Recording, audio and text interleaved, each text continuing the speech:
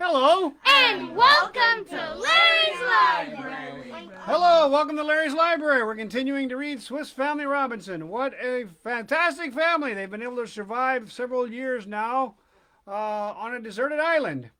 And so we are going to continue. We're in 3 chapters tonight. They're pretty short. Should be done in about 17 minutes. Chapter 37, The Approach of Winter and Wet Season, Invention of a New Light, Literary Acquisitions. The season of rains was fast approaching, and we used all possible expedition to get in everything necessary. The grain, the fruits of all sorts which surrounded our habitation, potatoes, rice, guavas, sweet acorns, pineapples, anise, manioc, bananas, nothing in short was forgotten. We sowed our seeds as we had done the year before, hoping that the European sorts would sprout quicker and more easily on account of the moisture of the atmosphere. My wife made us sacks of canvas, which we filled, and by the aid of our patient beasts, carried to the magazines, where they were emptied into large hogsheads prepared for them. But these labors were not accomplished without much trouble, for as we had planted our corn and wheat at different times, we were obliged to choose out the ripe stalks from a whole field, a work of no small difficulty. I resolved to devise some plan for a more regular cultivation the next year. We had a pair of buffaloes for all the labor that would have to be done, and all that was required, in addition to our present stock of harness, was a double yoke, which I intended to make during our winter seclusion. But the rains had already commenced. Several times we had been visited by heavy showers, which hastened our remaining occupations. By degrees the horizon became covered with thick clouds. The winds swept fearfully along the coast. The billows rose, and for the space of 15 days we were witnesses of a scene of whose majesty and terrific grandeur man cannot form an idea. Nature seemed overturned. The trees bent to the terrible blasts. The lightning and the thunder were mingled with the wind and the storm. In one word, it was a concert of nature's many voices, where the deep tones of the thunder served for the bass and harmoniously blended with the sharp whistlings of the storm. It seemed to us that the storm of last year had been nothing in comparison to it. Nevertheless, the winds began to calm, and the rain, instead of beating down upon us in torrents, began to fall with that despair-inspiring uniformity which we felt would last for 12 long weeks. The first moments of our seclusion were sad enough, but necessity reconciled us to our situation, and we began as cheerfully as possible to arrange the interior of our subterranean habitation. What? What's exception? Exception? You mean situation? Yes. That's the way they are. We devoted our attention first to a crowd of minor wants, which we only discovered by occupation, but yet were of primary necessity.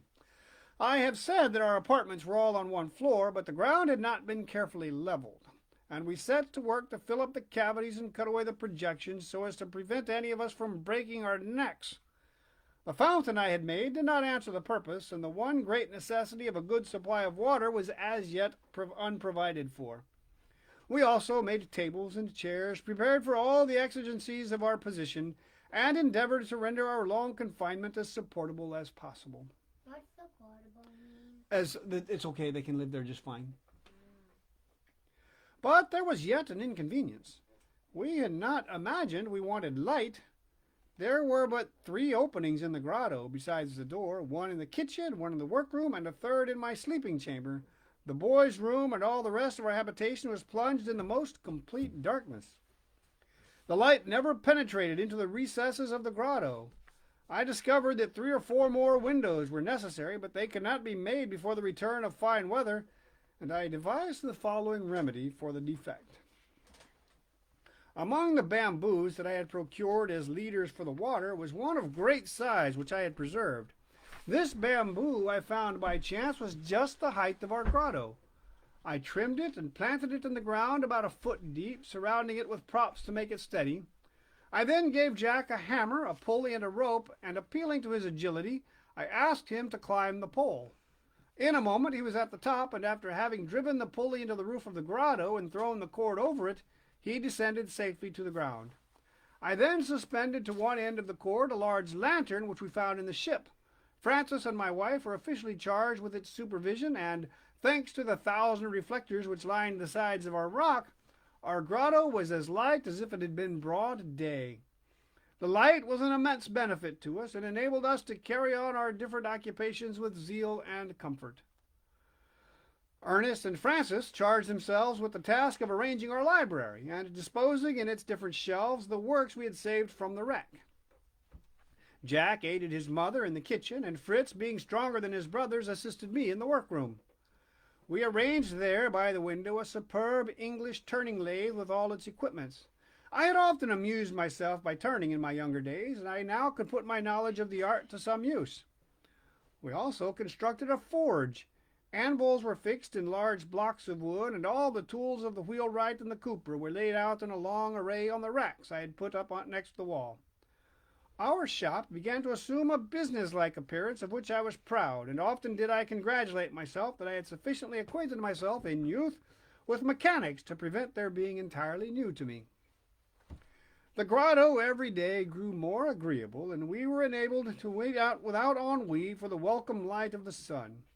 We had our workroom, our dining room, and our library, where we could refresh our minds after the fatigues of the body, for the cases we had saved from the ship contained a quantity of books which had belonged to the captain and officers.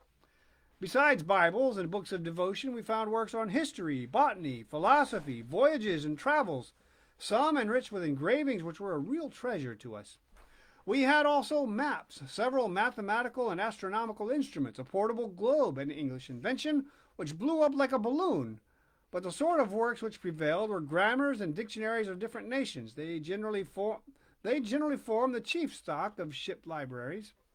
We all knew a little of French, for this is as much in use in Germany throughout Switzerland.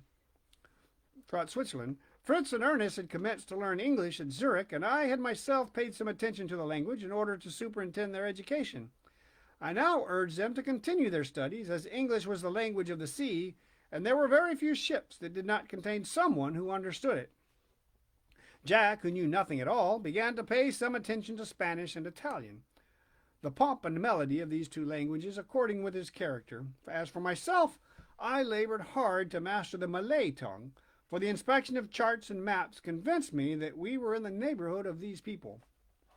Our grotto grew every day so comfortable that the children could not think of any name suitable to call it.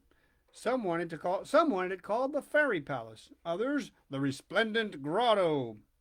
But after long discussion, we came to the conclusion that it should be simply called Felsenheim, or the Dwelling in the Rock.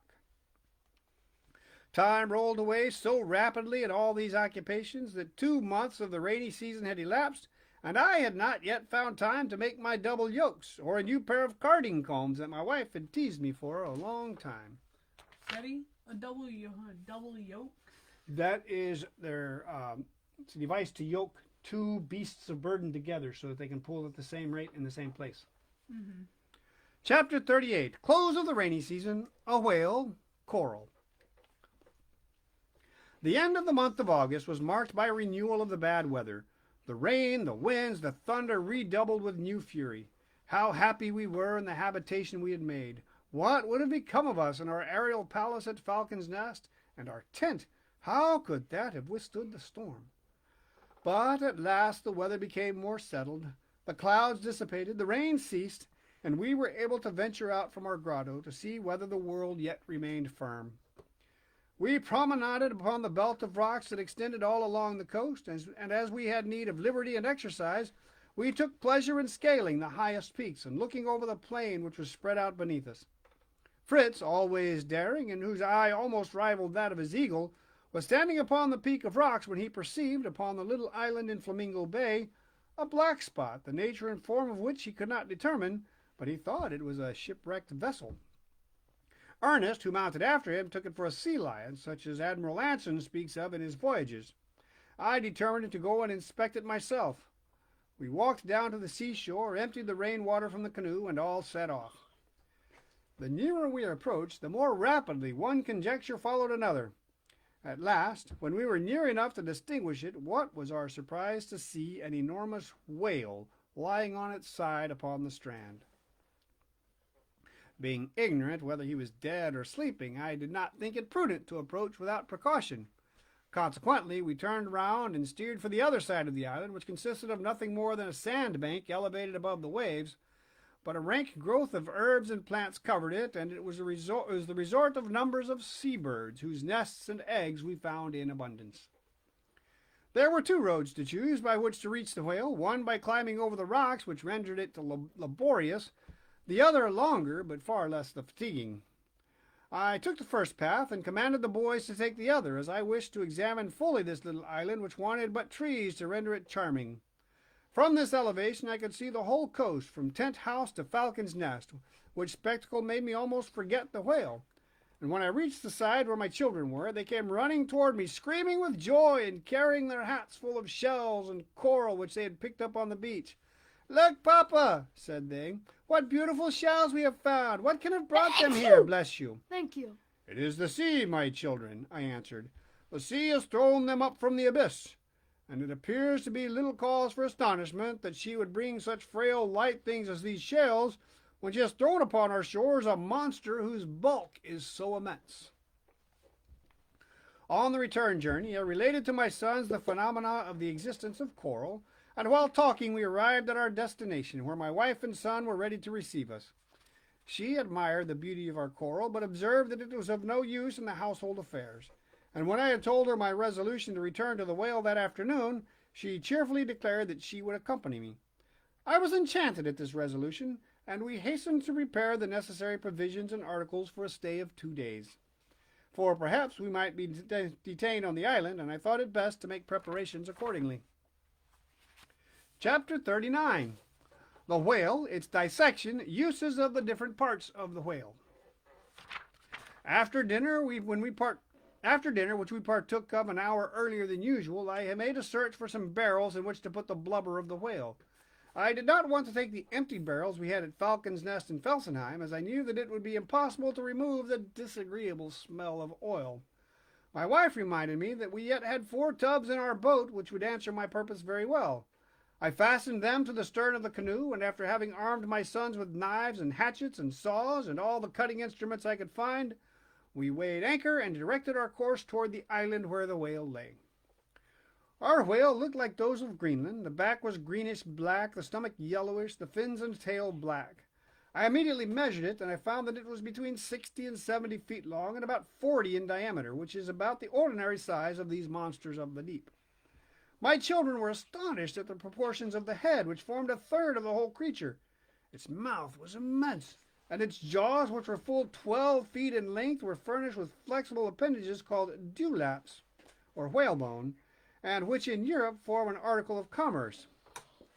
One thing which struck Fritz was the smallness of the monster's eye, which was not larger than that of an ox, and the opening by which his immense mouth communicated with his throat was scarcely the diameter of my arm.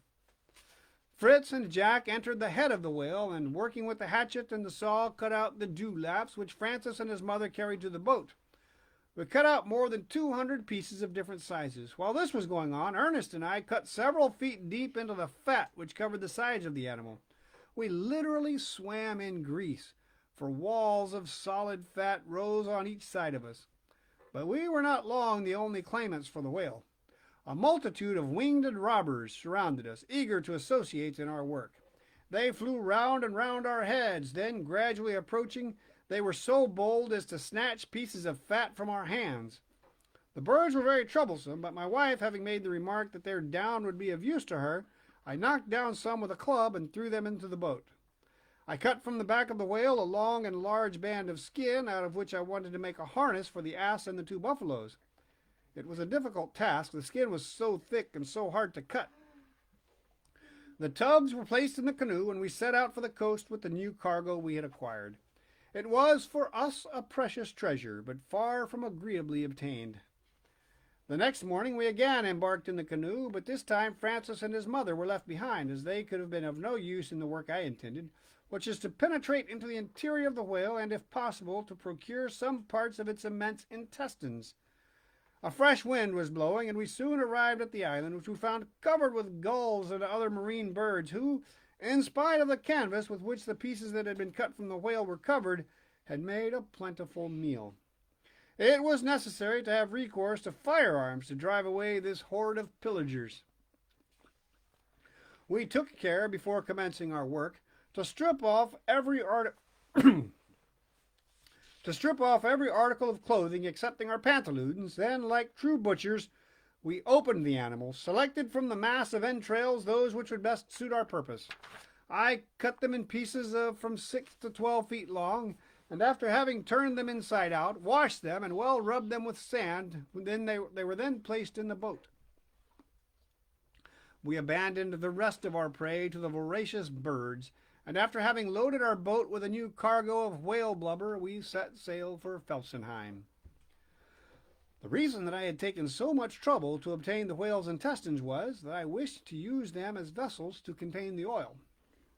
When we arrived at home, we found my wife anxiously expecting us, but the sight of our greasy habiliments was almost frightened her. And she anticipated the labor of washing them with no very pleasurable sensations. But I consoled her by promising miracles from the rich treasures of whale oil and the entrails we had brought home. We washed ourselves completely, and after an entire change of clothing, set out for Felsenheim. And that's the end of chapter 39.